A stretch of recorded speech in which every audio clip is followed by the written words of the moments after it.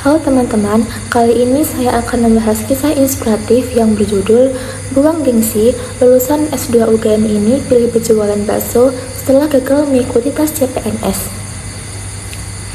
Menurut cerita yang saya baca, ada seorang pria bernama Dika Widya Putra, lulusan S2 Fakultas Peternakan dari Universitas Gadjah Mada yang memilih berjualan bakso setelah berkali-kali gagal mengikuti tes CPNS.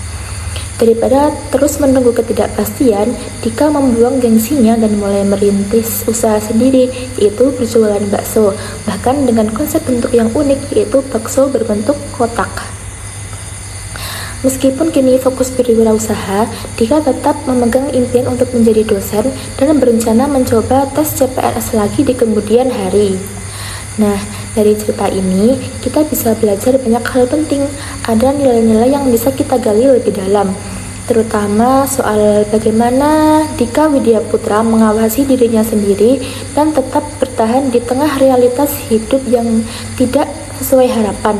Yuk kita bahas lebih lanjut. Yang pertama, bentuk pengawasan diri atau self-supervision yang dilakukan oleh tokoh. Dika Widya Putra menunjukkan pengawasan diri melalui sikap reflektif dan realistis terhadap situasi hidupnya. Setelah gagal dalam CPNS berkali-kali, ia tidak terjebak dalam kekecewaan yang berkepanjangan.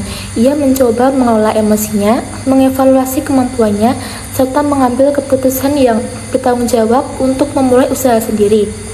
Ia juga mampu menjaga semangat dan tetap berpegang pada cita-citanya, yaitu menjadi dosen, sambil tetap produktif menjalankan usahanya.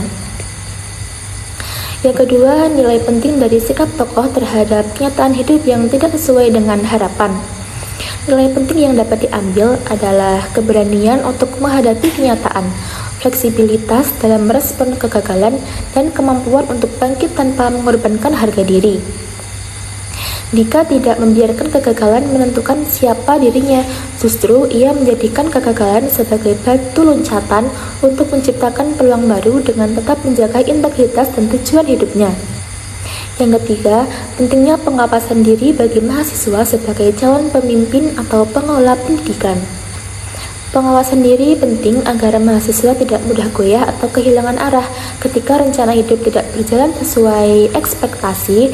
Sebagai calon pemimpin atau pengelola pendidikan, mahasiswa harus mampu mengatur emosi, berpikir jernih, atau mengambil keputusan yang bijak di tengah tekanan. Dengan self-supervision, mereka dapat menjaga integritas, tetap berproses secara sehat, dan tidak mudah larut dalam rasa putus asa atau gengsi yang tidak produktif. Nah, perasaan saya setelah membaca kisah ini adalah saya merasa kagum dan terinspirasi. Awalnya kisah ini membuat saya sedikit terkejut karena banyak orang beranggapan bahwa lulusan perguruan tinggi ternama pasti akan langsung mendapatkan pekerjaan bergengsi.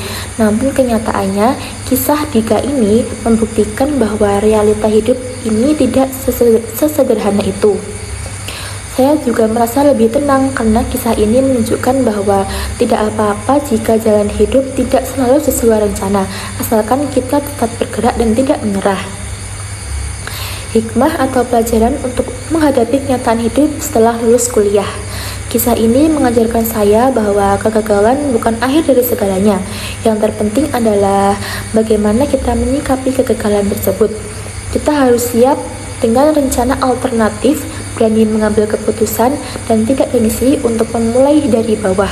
Hidup setelah lulus kuliah mungkin penuh tantangan, tetapi dengan mental yang kuat dan nilai hidup yang jelas, semuanya bisa dilalui. Komitmen untuk mengawasi diri, menjaga nilai, dan tidak larut dalam angan-angan kosong.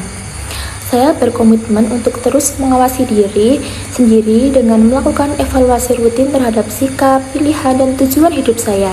Saya ingin tetap rendah hati, menghargai proses, dan tidak cepat menyerah jika kenyataan tidak sesuai harapan. Saya juga akan berusaha menjaga integritas, tidak terbawa arus negatif, dan tetap fokus pada langkah-langkah kecil yang bisa membawa saya ke arah tujuan yang lebih besar.